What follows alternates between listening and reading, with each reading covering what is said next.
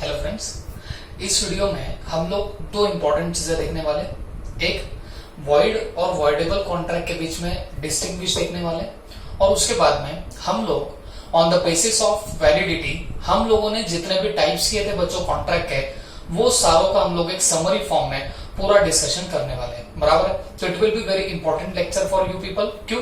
क्योंकि हमने types of contract on the basis of validity जितने भी देखे वो हम लोग एक और तरीके से हम लोग समझ के लेंगे, जिससे आपको आसानी से हर पर्टिकुलर प्रॉब्लम में आइडेंटिफाई करना आएगा कि कौन सा वॉइड है, कौन सा वॉइडेबल है, कौन सा इलीगल है। ये सब चीजें आपको समझ में आएंगी। ओके, चलो, तो हम लोग बेसिकली डिस्कशन कर रहे हैं difference between void and voidable contract का। ओके, वॉइड कॉन्ट्रैक्ट और वॉइडेबल कॉन्ट्रैक्ट के बीच में अगर मैं आपको डिस्टिंग्विश करने बोलूं तो आपके दिमाग में क्या क्या चीजें आएंगी? सबसे पहली बात तो डेफिनेशन। ओके, डेफिनेशन का आप सबसे पहले यहाँ पे डिस्टिंग्विश कर सकते हो। ओके, तो वॉइड कॉन्ट्रैक्ट की डेफिनेशन मुझको याद दिलाना। हमने क्या बोला? A contract which ceases to be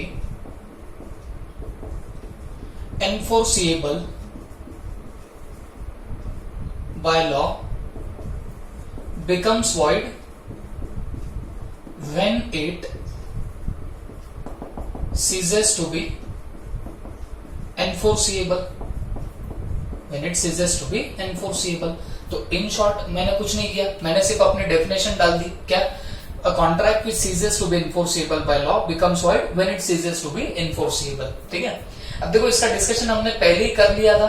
ये डेफिनेशन का अगर एग्जैक्ट मीनिंग चाहिए आपको तो मैं नीचे कमेंट बॉक्स में आपको उस वीडियो की लिंक शेयर कर दूंगा, तो आप वहां जाके इस डेफिनेशन का मीनिंग देख सकते हो।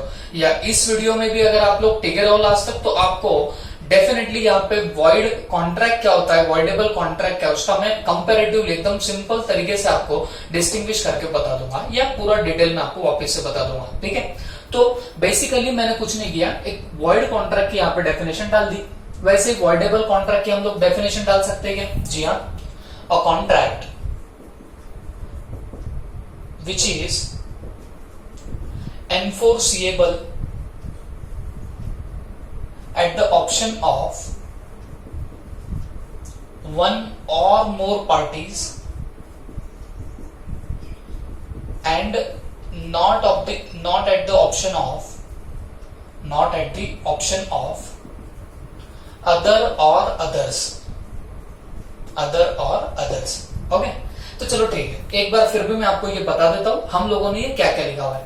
देखो, वॉइड कॉन्ट्रैक्ट क्या होता है? A contract which ceases to be enforceable, मतलब जो कॉन्ट्रैक्ट आपका enforceable नहीं होगा तो उस कॉन्ट्रैक्ट को आप लोग void कॉन्ट्रैक्ट बोलने लग जाओगे। तो मैंने आपको इसका सिंपली एक मीनिंग भी बताया था। enforceable का मतलब क्या? Obey by law, recognise by law. और उसके लिए मैंने आपको क्या बताया? जब आपके essential elements to valid contract comply होते रहेंगे तब तक आपका ये जो कॉन्ट्रैक्ट रहेगा ये कैसा बनता रहेगा बताना, आपका वैलिड कॉन्ट्रैक्ट बनेगा।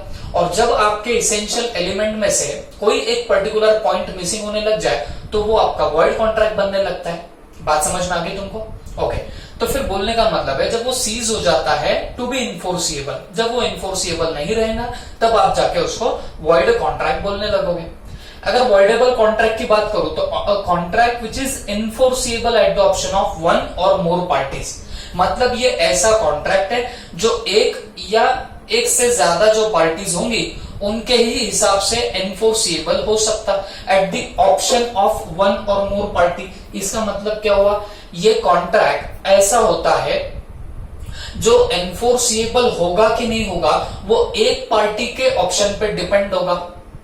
और मैंने आपको तब भी बताया था वो एक पार्टी कौन सी होती बच्चों? एग्रीव्ड पार्टी, मतलब जिसका कंसेंट फ्रीली ना लिया गया हो उसको हम लोग बोलते हैं एग्रीव्ड पार्टी। तो वो जो एग्रीव्ड पार्टी रहेंगी तो उसके ऑप्शन पे रहेगा, बात समझो, उस पार्टी के ऑप्शन पे रहेगा कि कॉन्ट्रैक्ट एनफोर्सिएबल है या नहीं है। एनफोर्सिएबल का मतलब क्या है? कॉन्ट्रैक्ट को वैलिड बनाना है या नहीं बनाना है, ये किसके ऑप्शन पे रहेगा? एक पार्टी के ऑप्शन पे रहेगा, and not at the option of other. मतलब जिसने कहीं ना कहीं, अगर मान लीजिए वो चार चीजें कर दी, अंडू इन्फ्लुएंस, फ्रॉड, मिसरिप्रेजेंटेशन, तो हम लोग बोलेंगे उस पार्टी के ऑप्शन पे एनफोर्सिएबल कॉन्ट्रैक्ट बनाना है या नहीं बनाना है ये नहीं रहेगा, बल्कि वो ऑप्शन किसके हाथ में रहेगा बच्चों, जो आपकी एग्रीड पार्टी रहेंगी। मतलब जिस पार्टी के ऊपर हार्म हुआ तो उस पार्टी के ऑप्शन पे होगा कि कॉन्ट्रैक्ट को एनफोर्सिएबल बनाना है कि नहीं बनाना है। इसके लिए डेफिनेशन में क्या दिया है, a contract which is enforceable, मतलब जो एनफोर्सिएबल हो सकता है, वैलिड कॉन्ट्रैक्ट हो सकता है eight the option of one or more party. किसके ऑप्शन पे, वन और मोर पार्टी। और ये वन और मोर पार्टी कौन होती है बच्चों, एग्रीड पार्टी, मतलब जिसका कंसेंट फ्री ना लिया गया हो। तो मैंने जैसे आपको बताया था, वो आपकी जो एग्रीड पार्टी होती है बच्चों, तो उसके पास में ऑप्शन होगा, वो चाहे तो कॉन्ट्रैक्ट को वैलिड कर सकती है अगर वो कंटिन्यू करे कॉन्ट्रैक्ट को। अगर उन्होंने कॉन्ट्रैक्ट उधर की उधर अवॉइड कर दिया तो फिर कॉन्ट्रैक्ट आपका वॉइड कॉन्ट्रैक्ट बनेगा, वो कभी भी फिर वैलिड कॉन्ट्रैक्ट नहीं बन पाएगा। तो बोलने का मतलब हुआ उसके ऑप्शन पे होगा, एग्रीड पार्टी के ऑप्शन पे होगा कि कॉन्ट्रैक्ट को एनफोर्सिएबल बनने देना है कि नहीं बनने देना है, और वो ऑप्शन दूसरे पार्टी के हाथ में अवेलेबल नहीं होगा। इसके लिए हम लोग क्या बोलते हैं बच्चों, ऐसे कॉन्ट्रैक्ट को voidable contract. Is that clear? Okay, तो this is about the definition. अब ये डेफिनेशन हो गई, अब हम लोग देख लेते हैं कि वॉइड कॉन्ट्रैक्ट कब बनेगा, वॉइडेबल कॉन्ट्रैक्ट कब बनेगा। अगर मैं आपको पूछूं कि वॉइडेबल कॉन्ट्रैक्ट कब बन सकता है, तो आपका जवाब आ जाएगा सर अगर तुम्हारा फ्री कंसेंट वो 4 चीजों से अगर हो रहा होगा, या मैं बोलूंगा आपका कंसेंट उन 4 चीजों से दिया गया होगा, तो आपका कॉन्ट्रैक्ट हमेशा वॉइडेबल कॉन्ट्रैक्ट बनेगा। कौन सी 4 चीजें, वही अपनी coercion, undue influence, fraud, misrepresentation.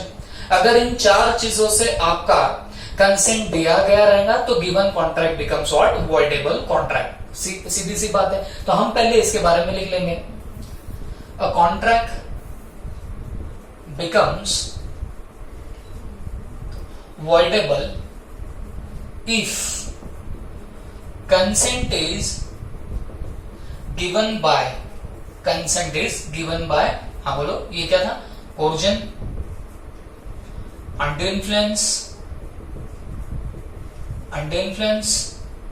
फिर फ्रॉड, फिर मिसरिप्रेजेंटेशन।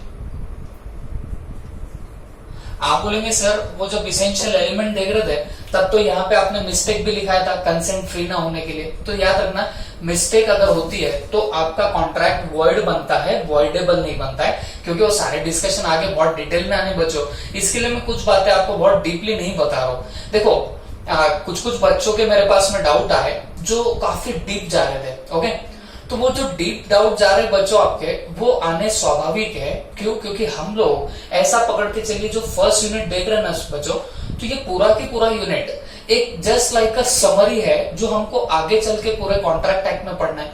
जो आपने essential elements to valid contract देखे, तो आप अगर मान लीजिए आपका 3rd नंबर का यूनिट देखोगे बच्चों, तो उसमें आपको वही सारे इसेंशियल एलिमेंट्स मिलेंगे, लेकिन बहुत ज्यादा डिटेल में मिलने लगेंगे। कंसिडरेशन जो हमने इतना सिंपली देख लिया था वो आपको 2nd यूनिट उस पर मिलेगा, परफॉर्मेंस ऑफ कॉन्ट्रैक्ट पे अलग यूनिट मिलेगा। तो बोलने का क्या मतलब है बच्चों, ये सब चीजें डिटेल में आगे आने वाली है। ये फर्स्ट यूनिट जस्ट लाइक अ इंट्रोडक्टरी यूनिट है, ठीक है। तो कुछ बातें यहाँ पे उतनी डिटेल में नहीं दी जा सकती है। तो ये जो मैं बता रहा हूँ कि मिस्टेक से भी आपका कंसेंट फ्री नहीं होता, लेकिन मिस्टेक अगर होती है तो दैट कॉन्ट्रैक्ट बिकम्स वॉइड। इन 4 चीजों से अगर कंसेंट दिया गया तो आपका contract becomes what, voidable contract. Okay, तो आप बोलेंगे सर फिर वॉइड कॉन्ट्रैक्ट कैसे बनता। हमने ये लिखा कि वॉइडेबल कॉन्ट्रैक्ट कब बनेगा, ये 4 चीजों से कंसेंट दिया गया हो। तो देखो, समझने के एंगल से बोलूं तो आप अगर इस चीज पे फोकस करोगे, कुछ लोग पूछ रहे थे सर वॉइडेबल कैसे आइडेंटिफाई करना। बहुत सिंपल सी बात है बच्चों, आप ये डेफिनेशन पे मत जाओ। ये डेफिनेशन से क्या होता है, जनरली आपको थोड़ी सी दिक्कत आने लगेगी। If you want to identify the voidable contract, I must tell you that आप लोग बस ये 4 चीजें देखो। अगर आपका कंसेंट इन 4 चीजों से दिया गया तो जाके ये आपका वॉइडेबल कॉन्ट्रैक्ट बन जाएगा। कुछ लोग ये भी सवाल पूछ रहे थे, सर अगर कोई सामने वाला बंदा आपके ऊपर फ्रॉड कर दे तो वो तो इलीगल मीन्स हो गए। बच्चों, इलीगल मीन्स आप सोच रहे हो वैसा नहीं है। मैं इस वीडियो के एंड में, मतलब ये जब डिस्टिंग्विश कंप्लीट हो जाएगा, तो मैं आपको चारों पांचों जो भी आपने कॉन्ट्रैक्ट देखे, सबको मैं एक प्लेस पे लाके हर चीज के जो आपके डाउट्स है वो सारे के सारे क्लियर कर दूंगा। हाँ, लेकिन फिलहाल ये इतना खत्म होने दो, इसके बाद में हम लोग उसी की चर्चा करेंगे। ठीक है, तो बच्चों जैसे मैं बता रहा हूं, वॉइडेबल कॉन्ट्रैक्ट आपका इन 4 चीजों की वजह से हो सकता है। अगर कंसेंट आपने इन 4 चीजों से दिया तो जाके आपका कॉन्ट्रैक्ट वॉइडेबल कॉन्ट्रैक्ट बनेगा। लेकिन अगर हम लोग बात करें हमारे वॉइड कॉन्ट्रैक्ट की, तो वॉइड कॉन्ट्रैक्ट कैसे बन सकता है? तो जवाब बड़ा सीधा सा है, ध्यान से सुनना। Void contract may be made due to change in law, change in circumstances, change in circumstances beyond the contemplation of parties, beyond the contemplation of the parties. Okay, beyond the contemplation of parties. अब ये इसका meaning क्या है, please ध्यान से सुनना। देखो, ये जो मॉड्यूल में जैसा है मैं वैसे आपको बता रहा हूं, बट इसमें एक और चीज ऐड होनी चाहिए। आपका जो वॉइड कॉन्ट्रैक्ट होता है बच्चों, बेसिकली अगर कोई आपका essential elements to valid contract अगर मिसिंग होगा तो आपका कॉन्ट्रैक्ट वैलिड नहीं बन सकता, माने इनफोर्सिएबल नहीं बन सकता, माने वो सीज टू बी इनफोर्सिएबल हो जाएगा। और जब सीज टू बी इनफोर्सिएबल हो जाता है, that becomes your void contract. बात समझ के लेना। तो अगर तुम्हारा कोई essential element to valid contract fulfil ना होवे तो जाके आपका वॉइड कॉन्ट्रैक्ट तो बन जाता है। हाँ, लेकिन उसमें वो चीज नहीं आएगी। जैसे इसेंशियल एलिमेंट में तो एक चीज और आती है, लॉफुल ऑब्जेक्ट, लॉफुल कंसिडरेशन। अगर वो फैक्टर मिसिंग है, आपका ऑब्जेक्ट कॉन्ट्रैक्ट का लॉफुल नहीं है, अनलॉफुल है, कंसिडरेशन अनलॉफुल है, तो वो कॉन्ट्रैक्ट इलीगल बनने लग जाएगा। वो उतना इसेंशियल एलिमेंट आपका मिसिंग हुआ तो आपका कॉन्ट्रैक्ट क्या बनने लगेगा? इलीगल। वैसे इसेंशियल एलिमेंट में एक और पॉइंट आता है, दैट इज फ्री कंसेंट। अगर वो फ्री कंसेंट नहीं रहा इन 4 चीजों की वजह से, तो कॉन्ट्रैक्ट वॉइडेबल बनेगा। बट इन दोनों इसेंशियल एलिमेंट्स को अगर आप लोग छोड़ दोगे तो बाकी जितने भी फिर आपके इसेंशियल एलिमेंट जो होते हैं वो अगर मिस होने लग जाए, वो अगर मौजूद ना हो, तो फिर आपका कॉन्ट्रैक्ट वॉइड कॉन्ट्रैक्ट बनने लगेगा। और इवन इलीगल कॉन्ट्रैक्ट भी बन जाए तो मैंने आपको प्रीवियस वीडियो में बता दिया था कि all illegal agreements are void. जितने भी आपके इलीगल एग्रीमेंट्स होते हैं वो वॉइड भी होते हैं। तो बोलने का क्या मतलब हुआ, जितने आपके इसेंशियल एलिमेंट है तो उसमें वो अगर 2 आप लोग बाजू में निकाल लो, कंसेंट वाला, फ्री कंसेंट वाला, और लॉफुल ऑब्जेक्ट, लॉफुल कंसिडरेशन, ये दोनों बाहर निकाल लोगे, तो फिर बाकी जितने आपके इसेंशियल बचेंगे बच्चों एलिमेंट्स ऑफ वैलिड कॉन्ट्रैक्ट, वो अगर मिसिंग हो गए तो फिर आपका कॉन्ट्रैक्ट जो है वो वॉइड बनने लगेगा। बट हमारे मॉड्यूल में जो है, मॉड्यूल में वो पॉइंट कवर नहीं किया है। याद रखना, कोई भी इसेंशियल एलिमेंट मौजूद नहीं होगा तो आपका कॉन्ट्रैक्ट जो है जनरली वॉइड एब इनिशियो बन जाता है। मतलब वो स्टार्टिंग से ही वॉइड बन जाता है। मैंने बताया था आपको वॉइड एब इनिशियो का मतलब बिगिनिंग से जो वॉइड रहेगा उसको आप लोग बोलते हो वॉइड एब इनिशियो। लेकिन एक चीज और ध्यान रखना, हमारे मॉडल में हमको ये चीजें कवर करी गई है। क्या? वॉइड कॉन्ट्रैक्ट में be made due to change in law, change in circumstances beyond the contemplation of parties. तो इसका मतलब क्या होता है, अगर कल चल के हमारा लॉ चेंज हो जाए और उस लॉ के चेंज होने की वजह से आपका कॉन्ट्रैक्ट परफॉर्म न किया जाए या न होने दिया जाए तो फिर आपका कॉन्ट्रैक्ट बन जाएगा वॉइड कॉन्ट्रैक्ट। आप बोलेंगे सर ये क्या मान रहा है, कुछ और थोड़ा सा समझा दो। देखो बच्चों, सपोज मैंने क्या किया, मैंने यहां से पूना जाने के लिए लेट्स से एक टिकट बुक किया था, ठीक है। और वो टिकट बुक कब किया था? Exactly 1 day prior to lockdown, ठीक है। लॉकडाउन होने के 1 दिन पहले मैंने टिकट बुक करा दिया था कि भाई मुझे पुणे जाना है। फिर जाना था 1 दिन के बाद, मतलब जब मैंने बुकिंग किया उसके एक अगले दिन को छोड़ के जो अगला दिन आएगा तब मुझे जाना था पुणे को। ओके, तो हुआ क्या प्रॉब्लम? प्रॉब्लम ये हुआ कि भाई मैंने टिकट तो निकाल लिया, फिर अगले दिन मोदी जी आए, उन्होंने बोला कि भाई लॉकडाउन हो जाएगा, सब कुछ बंद। अब प्रॉब्लम क्या हो गई, वो जब लॉकडाउन की अनाउंसमेंट हुई उसके नेक्स्ट डे मेरे को पुणे के लिए निकलना था जालना से। लेकिन अब प्रॉब्लम क्या हुआ आप बताना, ये लॉकडाउन आने की वजह से क्या मैं पुणे की तरफ कूच कर सकूंगा? क्या मैं पुणे की तरफ जा पाऊंगा? जवाब है नहीं, अब आपको पता है ये हमारा ये जो पर्टिकुलर ये कोरोना वगैरह जो चल रहा है, तो उसके लिए एक सेपरेट एक्ट भी इन लोगों ने बना लिया है, और उस एक्ट में लोग बार बार रूल्स रेगुलेशन डाल के क्या करते पता ना, ये सब चीजें कहीं ना कहीं लीगलाइज कर देते हैं। तो अगर आप ऐसे ब्रीच करके जाने लगोगे तो पता ही है आपको, प्रॉब्लम में आ जाओगे आप लोग ब्रीच नहीं कर सकते हो लॉ की कंडीशन। तो बोलने का क्या मतलब, मेरा जो कॉन्ट्रैक्ट हुआ था उस टूर्स एंड ट्रैवल कंपनी के साथ या एजेंसी के साथ में जो मुझे पहुंचाने वाले थे पूना में, तो आपको नहीं लगता वो परफॉर्म किया ही नहीं जा सकता? उसके पीछे रीजन क्या है? चेंज इन लॉ में ऐसा आ गया कि भाई अभी अब तुम कुछ दिनों तक कहीं जा नहीं सकते, घर में बैठे रहो। तो बोलने का मतलब क्या हुआ, अब वो जो हमारा कॉन्ट्रैक्ट हो गया तो वो तो वॉइड हो गया। जब मैंने कॉन्ट्रैक्ट किया था उस टाइम को वो परफेक्ट कॉन्ट्रैक्ट था, तब तक कोई प्रॉब्लम नहीं थी, बट क्योंकि फिर चेंज इन लॉ हुआ, या उसको आप लोग चेंज इन सर्कमस्टेंसेस भी बोलते हो, सर्कमस्टेंसेस ऐसे चेंज हो गए जो beyond the contemplation of parties, जो मेरे हाथ में तो थे ही नहीं। तो ऐसी चीजों की वजह से भी अगर कोई पर्टिकुलर कॉन्ट्रैक्ट आप परफॉर्म न कर पाओ तो वो भी आपका वॉइड कॉन्ट्रैक्ट बन जाएगा, जो इनिशियली तो अच्छा था बट कुछ चेंज इन लॉ होने की वजह से या फिर चेंज इन सर्कमस्टेंसेस की वजह से आप परफॉर्म नहीं कर पाओगे। सेम वे जैसे प्लास्टिक के भी बारे में, प्लास्टिक की कैरी बैग्स वगैरह है ना, आप मान लीजिए प्लास्टिक के डीलर हो, आप क्या करते हो, होलसेल में प्लास्टिक की कैरी बैग्स वगैरह परचेस करते हो और फिर बाद में आप लोग सेल करने लगते हो। तो आपको भी पता है वहां पे भी ऐसे हुआ था, प्लास्टिक पे बंदी आ गई थी महाराष्ट्र में, ठीक है। तो फिर क्या प्रॉब्लम हो गई, जिन लोगों ने ऑलरेडी कॉन्ट्रैक्ट किया होगा मान लीजिए प्लास्टिक सप्लाई करने का, तो वो तो बैन हो गया, तो क्या वो सप्लाई कर पा रहे थे? नहीं। तो जो उनके प्रीडिटरमाइंड कॉन्ट्रैक्ट थे वो परफॉर्म तो कर ही नहीं पाए, काय की वजह से? चेंज इन लॉ की वजह से। तो बोलना क्या हुआ, जो कॉन्ट्रैक्ट पहले ठीक ठाक था लेकिन वो परफॉर्म किया नहीं जा पाएगा due to change in law और सर्कमस्टेंसेस, ऐसे से आपका कॉन्ट्रैक्ट वॉइड कॉन्ट्रैक्ट बन जाएगा, जिसका कोई परफॉर्मेंस हो ही नहीं सकता, जिसको लॉ की नजरों में कोई जगह दी नहीं जाएंगी, ऐसे कॉन्ट्रैक्ट को आप लोग वॉइड कॉन्ट्रैक्ट बोलोगे।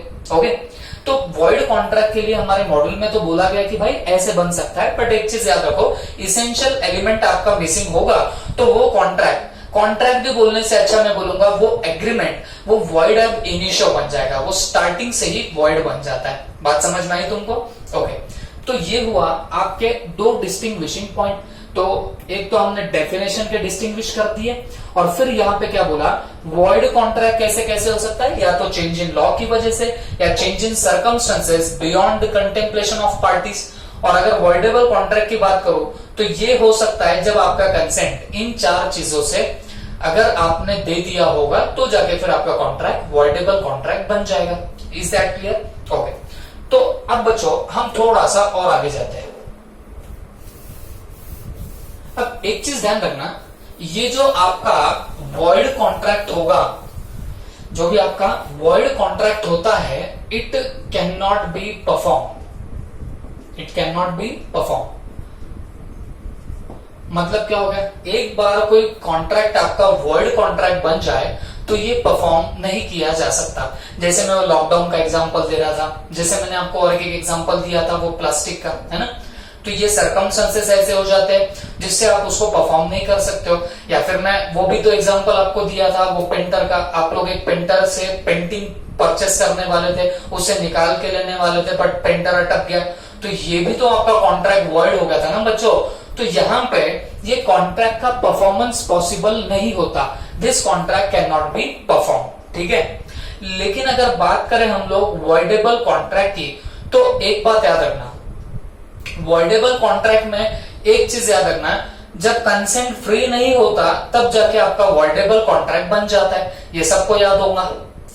लेकिन मैंने तुमको तब भी एक बात बताया था, यहाँ पे एग्रीड पार्टी मतलब जिसका कंसेंट फ्रीली ना दिया गया हो, उस पार्टी के पास में ऑप्शन होता है, या तो वो कॉन्ट्रैक्ट को अवॉइड कर दे, रिजाइंड कर दे, या तो कॉन्ट्रैक्ट को कंटिन्यू करे। तो बोलने का क्या मतलब हुआ, अगर मान लीजिए वो पार्टी कॉन्ट्रैक्ट को रिजाइन नहीं करती है, अवॉइड नहीं करती है, तो आपको वो परफॉर्म करना ही पड़ेगा, तो आपको वो कॉन्ट्रैक्ट को परफॉर्मेंस देना ही पड़ेगा। याद करो जब मैं आपको वो वॉइडेबल कॉन्ट्रैक्ट पढ़ा रहा था तब मैंने आपको क्या बोला था, तब मैंने आपको एक एग्जांपल भी दिया था, ए ने क्या किया, ए ने पैसे लेंड कर दिए बी को, क्यों लैंड किए बी को? क्योंकि बी ने गला दबाया था, कोर्जन किया था किसके ऊपर? ए के ऊपर।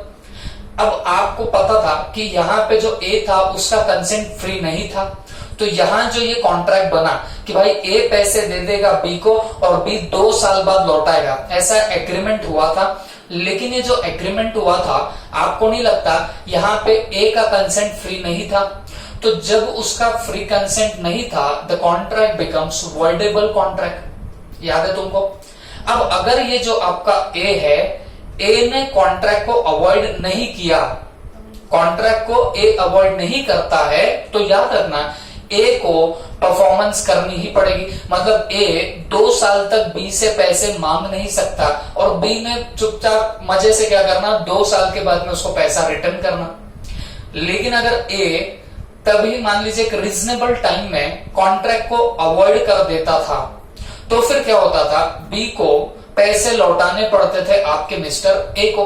बात समझ में आ रही है? अगर कॉन्ट्रैक्ट रिजाइंड हो जाता था तो फिर बी को लौटाना पड़ता था। तो बोलने का मतलब क्या हुआ, यहाँ पे किसके ऑप्शन पे होता है कि कॉन्ट्रैक्ट को रिजाइन करना या नहीं करना? एग्रीड पार्टी, मतलब जिसके ऊपर हार्म हुआ, जिसका कंसेंट फ्रीली नहीं दिया गया, तो उस पार्टी के पास में ऑप्शन होगा कि कॉन्ट्रैक्ट को रिजाइन किया जाए या कंटिन्यू किया जाए। बात समझ में आ रही है? तो याद रखना, वॉइडेबल कॉन्ट्रैक्ट में अगर आपकी वो एग्रीड पार्टी कॉन्ट्रैक्ट रिजाइन ना करे तो आपको परफॉर्मेंस करना ही पड़ेगा।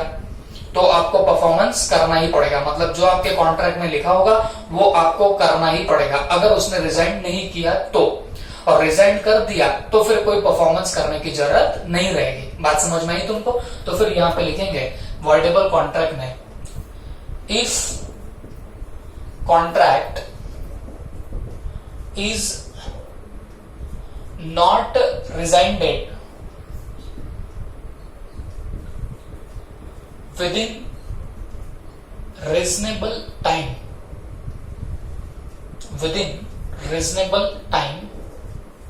then it has to be performed। तो इस पर्टिकुलर कॉन्ट्रैक्ट को फिर आपको परफॉर्म करना ही पड़ेगा। बात समझ में आ गई आपको? ठीक है, अब थोड़ा सा हम लोग और आगे चले जाते हैं। लास्ट पॉइंट आता है बच्चों, वॉइड कॉन्ट्रैक्ट में parties have no rights.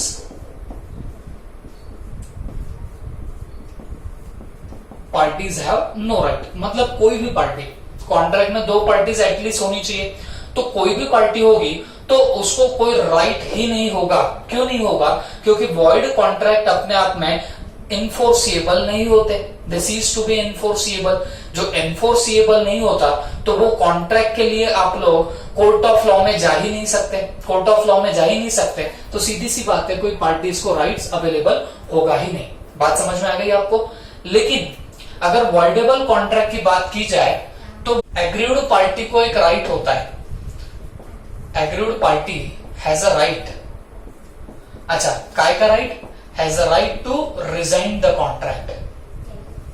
Okay, resign the contract. Okay, देखो कुछ लोग ये रिजाइंड को ये वाला रिजाइन समझ रहे। ओके, ये रिजाइन अलग है, ये बात नहीं चल रही है।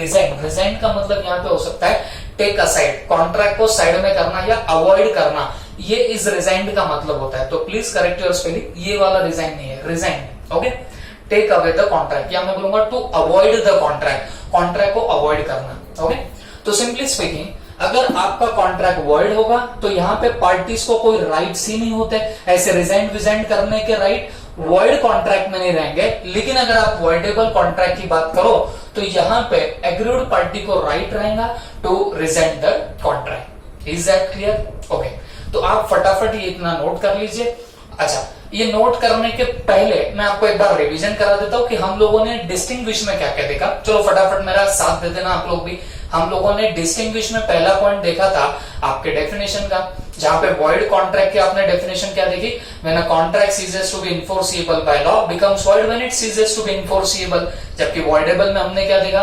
अ contract which is enforceable at the option of one or more party and not at the option of other or others is called as your voidable contract। अच्छा, फिर हमने क्या देखा कि आपका वॉइडेबल कॉन्ट्रैक्ट कब बन सकता, वॉइड कॉन्ट्रैक्ट कब बन सकता, तो हमने वॉइड के लिए बोला वैसे तो इसेंशियल एलिमेंट्स नहीं हुए तो भी फिर वो वॉइड बन जाता है, बट हमको क्या लिखना है बताना, when there is change in law, change in circumstances, it becomes your void contract. और अगर मैं वॉइडेबल कॉन्ट्रैक्ट की बात करूं तो वॉइडेबल कॉन्ट्रैक्ट आपका कब बनने वाला है बच्चों, अगर आपका कंसेंट वो 4 चीजों से दे दिया गया होगा। कौन सा, coercion, undue influence, fraud, misrepresentation, then your contract becomes voidable contract. फिर हम लोग थोड़ा सा और आगे गए, हमने देखा वॉइड कॉन्ट्रैक्ट परफॉर्म नहीं किया जा सकता, जबकि voidable contract is not rescinded within a reasonable time, then it has to be perform, तो इसको फिर परफॉर्म करना पड़ेगा। ओके, और फिर यहाँ पे देखा पार्टीज हैव नो राइट, यहाँ कोई पार्टी को राइट नहीं होता, जबकि यहाँ पे एग्रीड पार्टी को राइट रहेगा to resign the contract. Is that clear? Okay, तो आप फटाफट इतना लिख लीजिए। फिर इसके बाद में हम लोग एक छोटा सा काम करेंगे, हमने जो टाइप्स ऑफ कॉन्ट्रैक्ट देखे on the basis of validity, इन सबको हम लोग समराइज फॉर्म में अब देखने वाले। ओके, तो कुछ लोगों के मेरे पास जो डाउट हुए वो भी आपके सारे के सारे मैं क्लियर कर दूंगा इस समरी डिस्कशन में। ओके, तो चलो फटाफट आप लोग नोट कर लीजिए।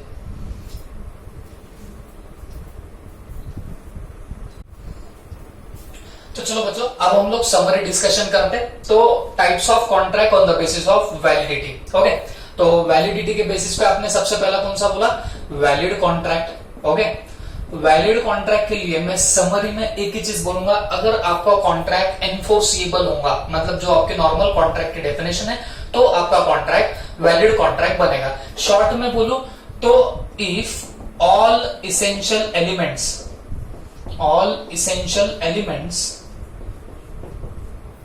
टू वैलिड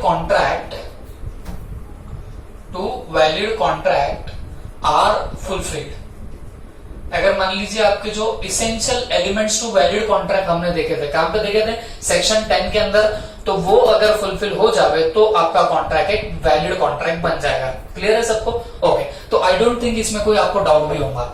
अब सेकंड है बच्चों आपका वॉइड कॉन्ट्रैक्ट।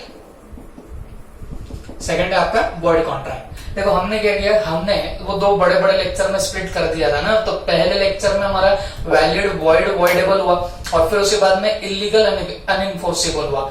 तो उसमें क्या होता है बच्चों, आपको थोड़ा सा उसको कोरिलेट करना अगर मुश्किल जा रहा होगा, तो इसके लिए बस मैंने ये समरी डिस्कशन डाल दिया है। ओके, अब ध्यान से सुनना। अब मान लीजिए वॉइड कॉन्ट्रैक्ट की अगर मैं बात करूं, अब मैं डेफिनेशन वाइज आपको नहीं बताऊंगा, मैं सिंपल तरीके से आपको बताने लग जाऊंगा, तो प्लीज ध्यान से सुनना। अगर मान लीजिए 2 सिनारियोज है, अब मैं ये बता रहा हूं कि आप आइडेंटिफाई कैसे करोगे कि वॉइड कॉन्ट्रैक्ट, तो प्लीज ध्यान से सुनना। अगर मान लीजिए essential element to valid contract are not fulfilled. देखो सिंपली स्पीकिंग मैंने आपको क्या बताया, वॉइड कॉन्ट्रैक्ट कब होगा या क्या होता है उसका मीनिंग, जो एनफोर्सिएबल नहीं है। एनफोर्सिएबल कब नहीं होगा, जब आपके essential elements to valid contract fulfil नहीं होंगे, तो तब जाके आपका कॉन्ट्रैक्ट वॉइड कॉन्ट्रैक्ट बनेगा।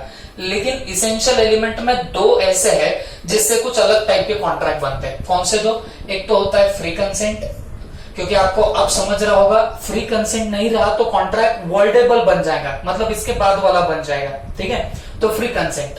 और दूसरी बात यहां पे क्या है, अनलॉफुल ऑब्जेक्ट। ओके, मतलब आपका कॉन्ट्रैक्ट जो है जिसका ऑब्जेक्ट ही अनलॉफुल है, मतलब कि इसको उड़ाना करना है ना, फॉरबिडन बाय लॉ। सिंपली बोलूंगा कि भाई आपका ऐसा कोई आप कॉन्ट्रैक्ट कर रहे हो जो फॉरबिडन बाय लॉ है, जिसको लॉ मतलब ओबे नहीं करेगा, या फिर मैं बोलूंगा रेस्पेक्ट नहीं करता है जिसकी लॉ, ऐसा अगर कोई काम कर रहे हो तो फिर वो जो आपका कॉन्ट्रैक्ट रहेगा वो इलीगल बनता है। तो मैं उनको यहां से साइड में निकाल रहा हूं, तो बाकी अगर जितने भी रहेंगे तो उससे आपका कॉन्ट्रैक्ट वॉइड कॉन्ट्रैक्ट बनेगा। और एक चीज याद रखना, अगर आपका कॉन्ट्रैक्ट वॉइड कॉन्ट्रैक्ट बन जाता है तो कभी भी कोर्ट ऑफ लॉ में इसको आप एनफोर्स नहीं कर सकते, मतलब इसको आप लेके कहा नहीं जा सकते हो, कोर्ट ऑफ लॉ में लेके नहीं जा सकते हो वॉइड कॉन्ट्रैक्ट को। क्यों? क्योंकि कोर्ट इसको रिकॉग्नाइज ही नहीं करता। क्लियर है? एक चीज और याद रखना, ये जो आपके इसेंशियल एलिमेंट्स है, ये अगर मिस हो जाते हैं तो आपका कॉन्ट्रैक्ट वॉइड तो बनेगा, जनरली वो वॉइड एब इनिशियो बन जाता है। इन केसेस में जनरली आपका वॉइड एब इनिशियो, मतलब स्टार्टिंग से ही आपका कॉन्ट्रैक्ट वॉइड बनने लग जाएगा। लेकिन कुछ चीजें ऐसी भी होती जिससे बाद में आपका कॉन्ट्रैक्ट वॉइड बनता, जैसे चेंज इन लॉ, अभी अभी हम लोग देख रहे थे डिस्टिंग्विश में, change in circumstances, okay, change in circumstances जो आपके कंट्रोल के बाहर है, तो फिर ऐसे केस में भी आपका कॉन्ट्रैक्ट वॉइड कॉन्ट्रैक्ट बनेगा।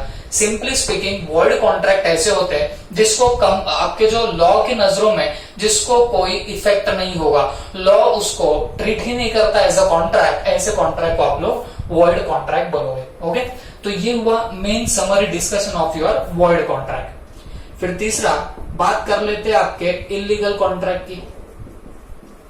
तो मैंने आपको इलीगल के लिए क्या बोला, ये फॉरबिडन बाय लॉ है, ये क्या बताना, फॉरबिडन बाय लॉ, मतलब लॉ इसके लिए आपको परमिशन नहीं देता, ऐसे कॉन्ट्रैक्ट करने के लिए आपको लॉ जब परमिशन नहीं देगा, इसको आप लोग क्या बोलेंगे, इलीगल कॉन्ट्रैक्ट। ओके, तो देखो कुछ बच्चों के जो डाउट्स है वो मैं आपसे यहाँ पे डिस्कस कर रहा हूं। अब कुछ बच्चों ने बोला कि सर अब जैसे मान लीजिए आपका ये वॉइड कॉन्ट्रैक्ट है और इलीगल कॉन्ट्रैक्ट है,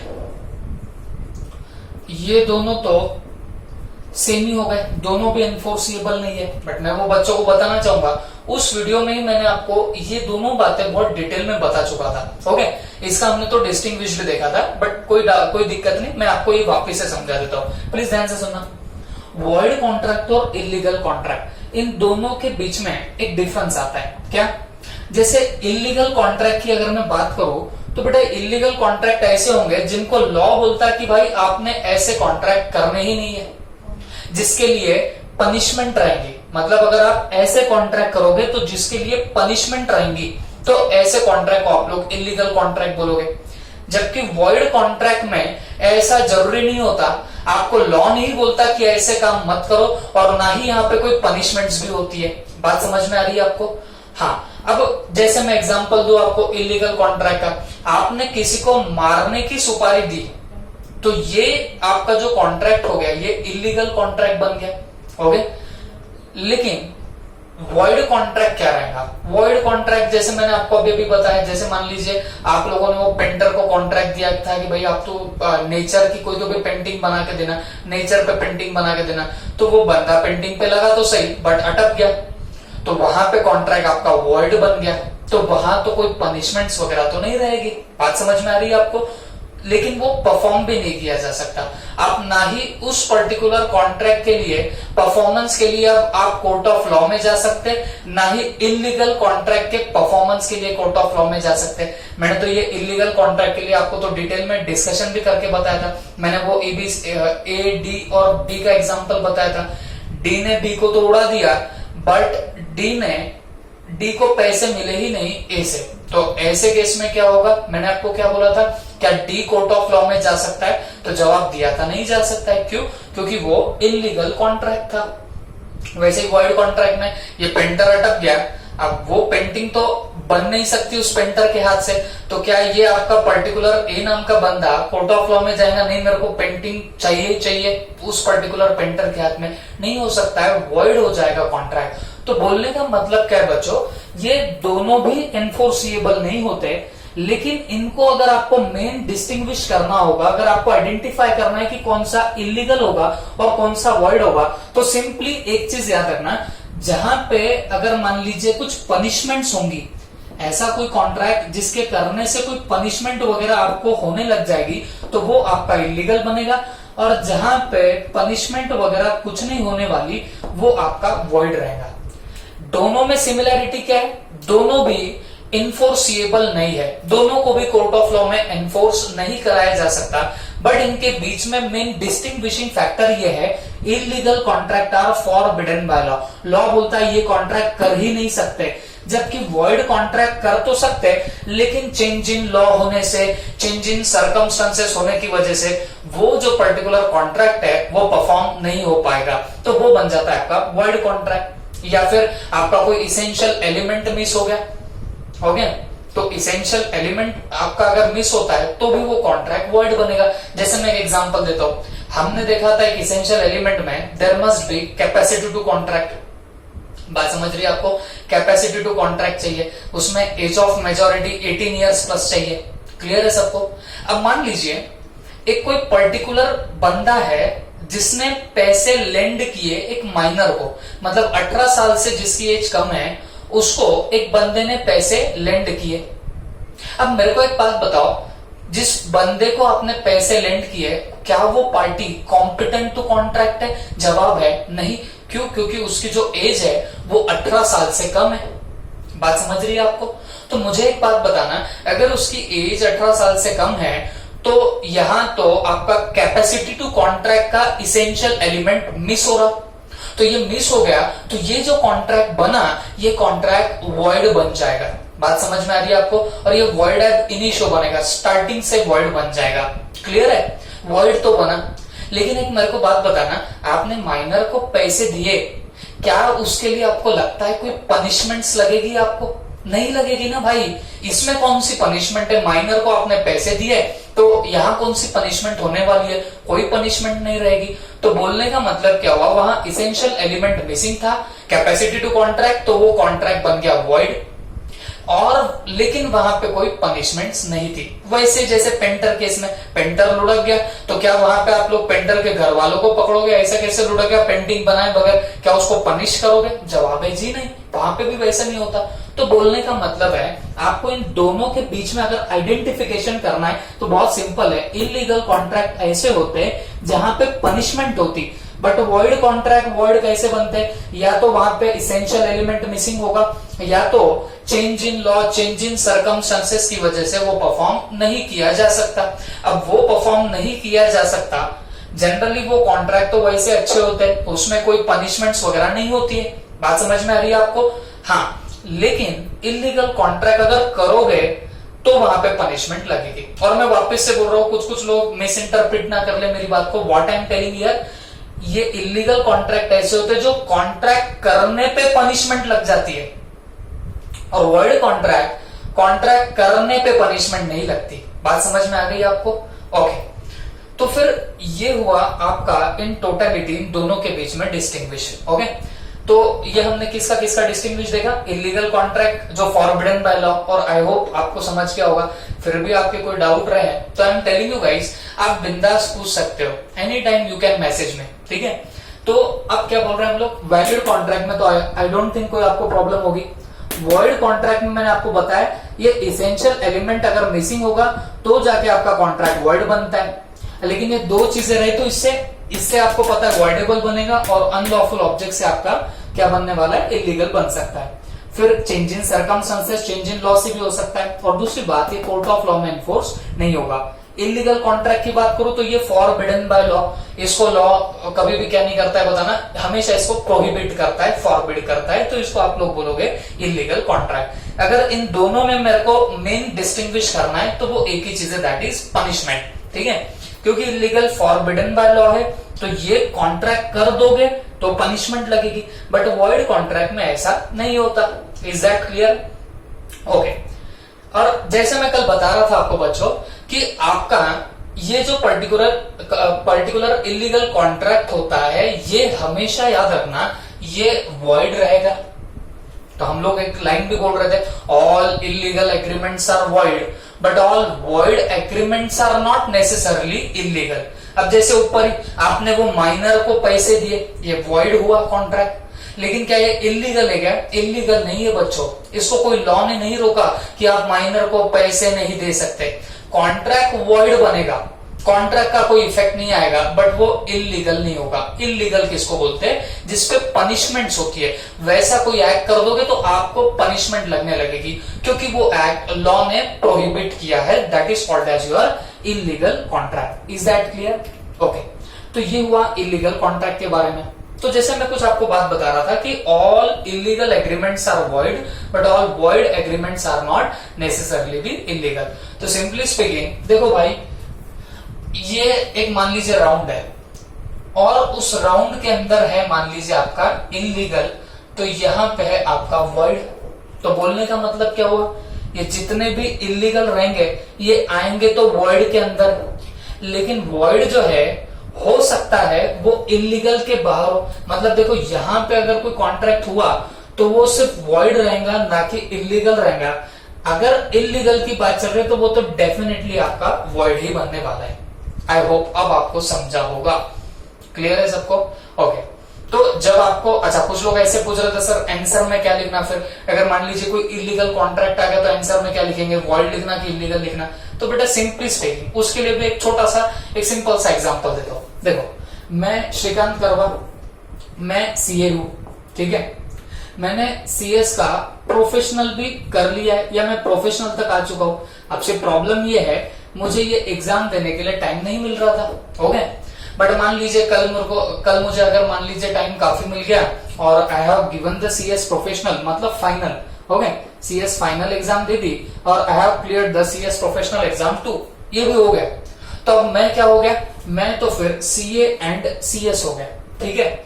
और सपोज मैं सीए की ही प्रैक्टिस करता हूं, सपोज मैं सीए की ही प्रैक्टिस करता हूं, तो मेरे को एक बात बताओ, आपको नहीं लगता यहां तो एक ही आदमी की बात चल रही है, श्रीकांत करवा, जो कि सीए भी है एंड सीएस भी है, हो जाएगा अगर हो गया तो, समझ में आ रही बात? तो अब मेरे को एक बात बताओ, मैं तो प्रैक्टिस कर रहा हूं सीए की, तो बताना मुझे, हूं तो मैं दोनों, लेकिन मेरे को किस नाम से ज्यादा जाना जाएगा, किस डिग्री से ज्यादा पहचाना जाएगा? तो बच्चों सीए से ज्यादा पहचाना जाएगा। क्यों? क्योंकि मैं प्रैक्टिस किस में कर रहा हूं, सीए में कर रहा हूं। हूं तो दोनों बट कर टाइम रहा हूं प्रैक्टिस सीए में। तो बच्चों ये भी चीज वैसी है, इलीगल और वॉइड, वॉइड और इलीगल एक पर्टिकुलर कॉन्ट्रैक्ट दोनों भी रहेंगे, वॉइड भी रहेगा इलीगल भी रहेगा, बट उसमें मेन जोर किसका रहेगा, आपके इलीगल का रहेगा। जैसे आपने किसी को मारने की सुपारी दी, ये डेफिनेटली फॉरबिडन बाय लॉ है, तो इलीगल तो बन गया, और इलीगल तो वैसे भी वॉइड रहते। लेकिन अगर आपको ऐसा सिनारियो दिया और एग्जाम में आपको अगर स्पेसिफिकली लिखने की बारी आई, तो आपका कॉमन सेंस यूज करके मेरे को बताना, आप वॉइड लिखोगे या इलीगल लिखोगे? वॉइड तो डेफिनेटली वो है, बट क्वेश्चन के अकॉर्डिंग आप लोग वहां पे क्या लिखने वाले हो, सर्टेनली आप लोग वहां पे इलीगली लिखोगे। बात समझ में आई? तो वो जो सरकमस्टेंसेस या वो जो केस है, उससे जो आपको टाइप ऑफ कॉन्ट्रैक्ट एकदम क्लियर कट दिख के आ रहा, तो वो आप लोग वहां पे डालोगे। और मैंने तो देखो आइडेंटिफिकेशन के लिए आपको ये फर्दर पॉइंट्स दे दिए, आप इसका सपोर्ट लोगे तो आप पकड़ के चलना कि आप लोग और आसानी से आप लोग आइडेंटिफाई कर पाओगे। क्लियर है? ओके, तो प्लीज फटाफट आप लोग नोट कर लो, फिर इसके आगे का हम लोग इसके बाद में देखते हैं। अब इसके बाद में हम लोग 4th नंबर पे देखते हैं, that is voidable contract. Okay, देखो वॉइडेबल कॉन्ट्रैक्ट की डेफिनेशन भी हम लोग पूरी डिटेल में डिस्कस करेंगे, बट उसके पहले मैं आपको एक चीज बता दूं। क्या? वॉइडेबल कॉन्ट्रैक्ट अगर आपको आइडेंटिफाई करना है तो आप सिर्फ इतना देखना कि पार्टी का जो कंसेंट है, क्या वो कंसेंट आपके कोर्जन, अंडू इन्फ्लुएंस, फ्रॉड और मिस रिप्रेजेंटेशन, ये अगर 4 चीजों से कंसेंट लिया गया होगा तो पकड़ के चलो आपका contract will be becoming your voidable contract. ठीक है, और मैंने तो उसके डेफिनेशन को भी आपको सब्सटेंशिएट किया है। क्यों ऐसी डेफिनेशन है? Enforceable at the option of one or more party and not at the option of other or others. तो इसका मतलब क्या हुआ, अगर ये 2 पार्टीज है बच्चों, यहां पे सपोज ये पार्टी इस पार्टी पे कोर्जन कर देगी या अनडू इन्फ्लुएंस कर देगी या फ्रॉड करेगी या मिस रिप्रेजेंटेशन करेगी और इससे कोई कॉन्ट्रैक्ट का परफॉर्मेंस करा के लेगी, तो ये कॉन्ट्रैक्ट बनेगा आपका वॉइडेबल कॉन्ट्रैक्ट। और इस पार्टी को मैंने तब भी बताया था, कौन सी पार्टी बोलेंगे, इसको हम लोग बोलते हैं एग्रीड पार्टी। क्लियर है? तो ये एग्रीड पार्टी के ऑप्शन पे होता है, इस पार्टी के ऑप्शन पे होगा कि एनफोर्सिएबल करना कि नहीं करना। देखो ना definition, a contract which is enforceable at the option of one or more party. अब सपोज इसने हार्म 2-3 लोगों को पहुंचाया होगा तो वो सारी की सारी एग्रीड पार्टी बनेगी। इसके लिए डेफिनेशन में क्या है, eight the option of one or more party. मतलब अगर ये एक ही पार्टी एग्रीड है तो इसके पास में ऑप्शन रहेगा, और एक पार्टी कोई दूसरी भी एग्रीड पार्टी है उसके पास में भी ऑप्शन रहेगा। बात समझ में आ रही है आपको? तो वॉइडेबल कॉन्ट्रैक्ट का definition, a contract which is enforceable, जो एनफोर्सिएबल हो सकता है, जो वैलिड हो सकता है eight the option of one or more parties माने आपकी एग्रीड पार्टी इसके ऑप्शन पे होगा कि कॉन्ट्रैक्ट को वैलिड करना है कि नहीं करना है, and not at the option of other. इसके पास में वो ऑप्शन नहीं होगा कि कॉन्ट्रैक्ट को वैलिड बनाना है या वॉइड बनाना है, कॉन्ट्रैक्ट कंटिन्यू करना है या कैंसिल करना है, ये इसके ऑप्शन पे नहीं होगा। ये हुआ वो डेफिनेशन का मतलब। ओके, लेकिन याद रखना ये वॉइडेबल कॉन्ट्रैक्ट आपका इन 4 चीजों से बन सकता, coercion, undue influence, fraud, misrepresentation. इन 4 चीजों से आपका कॉन्ट्रैक्ट वॉइडेबल बन सकता। और फिर यहां पे ये एग्रीड पार्टी जो है इसने अगर कॉन्ट्रैक्ट रिजाइंड कर दी, अवॉइड कर दी, तो कॉन्ट्रैक्ट वॉइड बन गया। मतलब ये जो भी चीजें यहां से यहां पे गई होगी उसका कोई इफेक्ट नहीं रहेगा, ऐसा मान लिया जाएगा इसने कोई चीज इसको दी ही नहीं, और इससे वो चीज ये पार्टी क्या कर सकती है, वसूल कर सकती है। इसका मतलब हुआ वॉइड हो गया कॉन्ट्रैक्ट। और अगर ये पार्टी कंटिन्यू करती है तो contract will be valid, valid contract रहेगा। और वैलिड कॉन्ट्रैक्ट है इसका मतलब क्या हुआ, इसने जो ट्रांसफर किया वो सचमुच में माना जाएगा कि उसने सचमुच में ट्रांसफर कर दिया। बात समझ में आई आपको? तो this is your voidable contract. Okay, अब देखो एक बच्ची थी, आई होप सेजल ही थी वो, तो सेजल मेरे को पूछ रही थी कि सर अब यहाँ पे देखो कोर्जन हुआ, कोर्जन हुआ तो ये तो आपका इलीगल कॉन्ट्रैक्ट भी हो सकता, तो आप इसको वॉइडेबल क्यों बोल रहे हो? तो आई एम टेलिंग यू बच्चों, ये इलीगल मीन्स डेफिनेटली कोर्जन करना ये इलीगल मीन हो गया, बट ये एक्ट इलीगल है।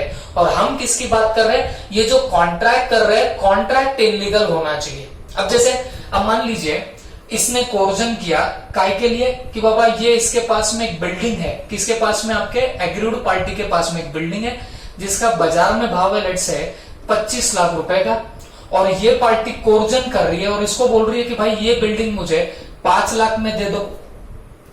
अब मुझे एक बात बताओ, बिल्डिंग बेचना परचेस करना ये कॉन्ट्रैक्ट फॉरबिडन बाय लॉ है? बिल्डिंग बेचना परचेस करना नहीं, it is not forbidden by law, it is a very much valid contract. हाँ, लेकिन यहां पे इसका कंसेंट फ्रीली नहीं दिया गया, इसके लिए ये वॉइडेबल बनेगा। बात समझ में आ रही है आपको? तो क्लियर कट अगर बोलो, इलीगल कब रहेगा, अगर वो कॉन्ट्रैक्ट करना ही अपने आप में पनिशेबल बाय लॉ होगा तो जाके वो इलीगल कॉन्ट्रैक्ट बन सकता। जैसे ये दोनों के बीच में ड्रग्स परचेस सेल करने का काम चल रहा है, अब ये कॉन्ट्रैक्ट अपने आप में इलीगल कॉन्ट्रैक्ट बन जाएगा। बात समझ में आ रही है? ये बिल्डिंग परचेस सेल करना आई डोंट थिंक ये पनिशेबल बाय लॉ है, इसमें तो कोई प्रॉब्लम नहीं है। हाँ, यहां पे कंसेंट फ्रीली नहीं दिया गया तो इसके लिए हम लोग इसको क्या बोलने वाले बताना, इसको हम लोग वॉइडेबल कॉन्ट्रैक्ट बनेंगे। I hope I have cleared all the doubts. जितने मेरे पास में डाउट्स आए थे और काफी अच्छे थे, आप डीपली जाके सोच रहे थे, इसके लिए आपके दिमाग में इतने डाउट जनरेट हो रहे थे। ओके, तो कोई दिक्कत नहीं है, आई होप ये आपके सॉल्व हो गए होंगे। फिर भी अगर कोई क्वेरी रही तो आप डेफिनेटली मेरे को पूछ सकते हो, ठीक है? अच्छा, और लास्ट में हमने देखा था 5 नंबर पे अनएनफोर्सिएबल कॉन्ट्रैक्ट। Okay, अनएनफोर्सिएबल contract. तो बेटा ये अनएनफोर्सिएबल कॉन्ट्रैक्ट क्या था? अनएनफोर्सिएबल कॉन्ट्रैक्ट, वैसे तो contract is good in substance, ये वैसे तो परफेक्ट कॉन्ट्रैक्ट होता है, but due to technical defect, okay, ये टेक्निकल डिफेक्ट की वजह से ये कॉन्ट्रैक्ट आपका परफॉर्म नहीं हो सकता, उसको आप लोग क्या बोलोगे, अनएनफोर्सिएबल कॉन्ट्रैक्ट। तो याद रखना, ये टेक्निकल डिफेक्ट बोले तो लॉ का डिफेक्ट, ओके, लॉ से रिलेटेड कोई आपका लफड़ा हुआ, कोई डिफेक्ट निकला और जिसकी वजह से वो कॉन्ट्रैक्ट एनफोर्सिएबल नहीं हो सकता, उसको आप लोग क्या बोलोगे, अनएनफोर्सिएबल कॉन्ट्रैक्ट। जैसे मैंने आपको एग्जांपल दिया था टाइम बार्ड डेट, तो वो 3 साल के बाद का जो डेप्थ होता है वो टाइम बार्ड डेप्थ होता है, वो रिकवरी कर ही नहीं सकते, ऐसा लॉ में लिखा हुआ है, लॉ ऑफ लिमिटेशन। ये मैंने आपको शायद नाम भी कोट किया था, ओके, लॉ ऑफ लिमिटेशन में ये चीज लिखी है। तो मतलब आप 3 साल के बाद वो पैसा रिकवर करने जाओगे तो आप रिकवर नहीं कर पाओगे, किसकी वजह से, ये तो लॉ ऑफ लिमिटेशन में लिखा हुआ है, मतलब वो डिफेक्ट हुआ टेक्निकल डिफेक्ट। तो जो लॉ से रिलेटेड आपके कोई डिफेक्ट होंगे उसको आप लोग टेक्निकल डिफेक्ट बोल सकते हो। Is that clear? तो तब जाके वो कॉन्ट्रैक्ट आपका अनएनफोर्सिएबल कॉन्ट्रैक्ट बन जाएगा। क्लियर? तो हमने types of contract on the basis of validity सारे के सारे खत्म कर दिए, और मेरे पास में जो गिने चुने डाउट आए थे वो भी मैंने यहाँ पे रिड्रेस कर दिए, सॉल्व कर दिए। फिर भी अगर डाउट होंगे तो you can definitely ask, okay. अच्छा, तो अब हम लोग नेक्स्ट लेक्चर में देखेंगे हमारे टाइप्स ऑफ कॉन्ट्रैक्ट के रिमेनिंग पार्ट्स, ओके। चलो, थैंक यू।